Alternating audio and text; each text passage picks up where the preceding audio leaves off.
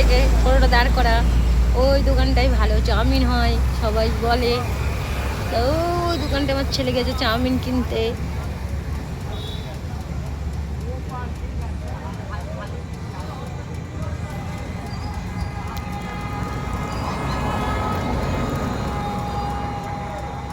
তাই মা বলেছি চাউমিন আনতে, ছেলে আবার চাউমিন এনে দেবে না, মা চাউমিন খাবে বলে কথা, মায়ের খিদে পেয়েছে।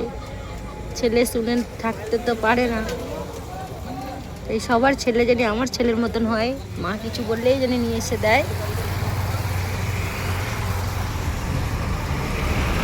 তোমাদের ছেলেরাও যেন এরকম হয়, তোমরা কিছু বলবে তাড়াতাড়ি ঝটপট এনে দেবে। আর একটা দেখো বিয়ের গাড়ি দাঁড়িয়ে আছে, হিন্দু বিয়ে না মুসলিমদের বিয়ে জানি না, গাড়ি তো দাঁড়িয়ে আছে এখন।